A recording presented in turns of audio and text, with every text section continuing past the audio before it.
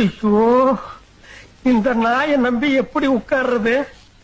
ஏம்பா, இவன் ஐஸ் வித்த பையன் டிரைவரா போடாதேன்னு முதல்ல சொன்ன கேட்டியா? பாரு, எது எங்க இருக்குன்னு தெரியாம தேடிட்டு இருக்கான்பா. மோந்து பக்கத்துல சாப்பிடு.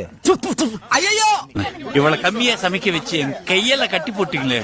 ஒண்ணுமே பண்ண முடியல, எல்லாம் கட்டுப்பாட்டை மீறதுங்கும் போது தலையில கைய வச்சுக்கிட்டு காலை நீட்டிக்கிட்டு ஒரேடியா படுத்துட்டே.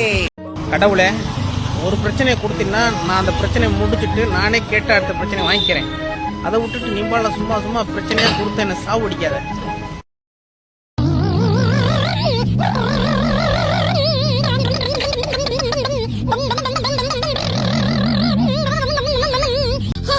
டயர்டா? எனக்கா? நெவர். தினமும் லைன் டேட் சிரப் சாப்பிடுறேன். இதுல கால்சியம், விட்டமின்ஸ், மினரல்ஸ் இருக்கு.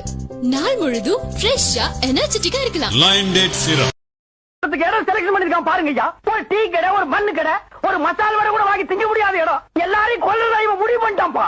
உன்னை எனக்கு பிடிக்கவே இல்ல, நான் எப்படி இட்லி வாங்கி தர்றது உனக்கு அப்படின்னு கேக்குறேன். உன்னை பிடிக்கவே இல்ல, அப்புறம் எப்படி நான் இட்லி வாங்கி தரணும்?